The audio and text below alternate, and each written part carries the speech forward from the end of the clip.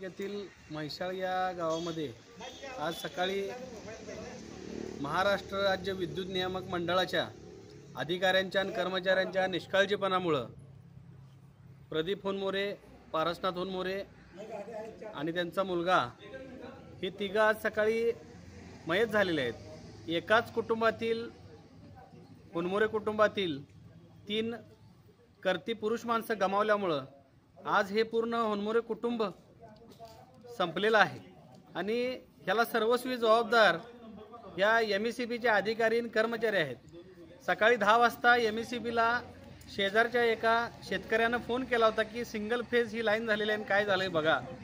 तेव्हा त्या MECBच्या कॉल सेंटरवरनं उत्तर मिळालं की MECBचं तुमचं बिल थकीत असल्यामुळं तिथलं काम आम्ही करू शकत नाही। म्हणजे इतका निर्दयीपणा हा MECBच्या कर्मचाऱ्यांमध्ये आणि अधिकाऱ्यांच्यामध्ये निर्माण झालेला आहे। म्हणून आजची जी घटना घडलेली आहे ही दुर्दैवी घटना आहे। या MECBच्या चुकीमुळं, निष्काळजीपणामुळं अजून ही MECB किती जणांचे बळी घेणार असा प्रश्न उपस्थित झालेला आहे। त्यामुळं आज आम्ही या मिरज ग्रामीण पोलीस ठाण्याचे पोलीस निरीक्षक आदरणीय तळेकर साहेब असतील, या विभागाचे DYSP गिल्डा साहेब असतील, यांच्याकडे मागणी केलेली आहे की MECBचे ग्रामीण विभागाचे जे कोणी अधिकारी असतील, जे कोणी कर्मचारी असतील, ज्यांच्या निष्काळजीपणामुळं ही दुर्दैवी घटना घडलेली आहे, ही 3 कर्ती घरची पुरुष माणसं आज मयत झालेले आहेत। 4थं व्यक्ती आज मरणाला झुंज देत आहे सिव्हिलमध्ये। म्हणजे एखादं कुटुंब संपवण्याचा जो काही हा प्रकार घडलेला आहे, त्यामुळं या दोषी असणाऱ्यांच्यावर सदोष मनुष्यवधाचा गुन्हा तात्काळ दाखल करायची मागणी केली होती। त्याप्रमाणे माननीय DYSP साहेबांनी आणि PI तळेकर साहेबांनी तात्काळ त्याच्यावर गुन्हा दाखल करण्याचं काम सुरू केलेलं आहे।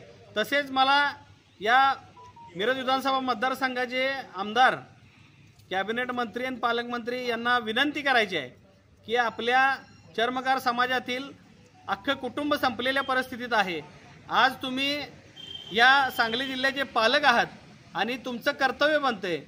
भले तुम्ही 1 कोटी रुपये दिला तरी या कुटुंबातली मेलेली माणसं आज परत येणार नाहीत, पण आज त्या कुटुंबात जी काही माणसं आहेत त्यांच्या मागे करता पुरुष कोण उरलेला नाही।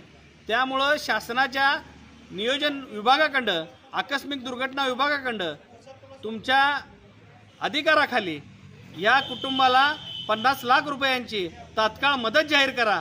जोपर्यंत तुम्ही मदत जाहीर करणार नाही आणि ही गुन्हा दाखल केलेली FIR आमच्या हातात येणार नाही, तोपर्यंत आम्ही मयत झालेल्या लोकांची बॉडी हातात घेऊन पुढची विधी क्रिया पार पाडणार नाही, अशा पद्धतीचा जाहीर इशारा मी आज देतोय।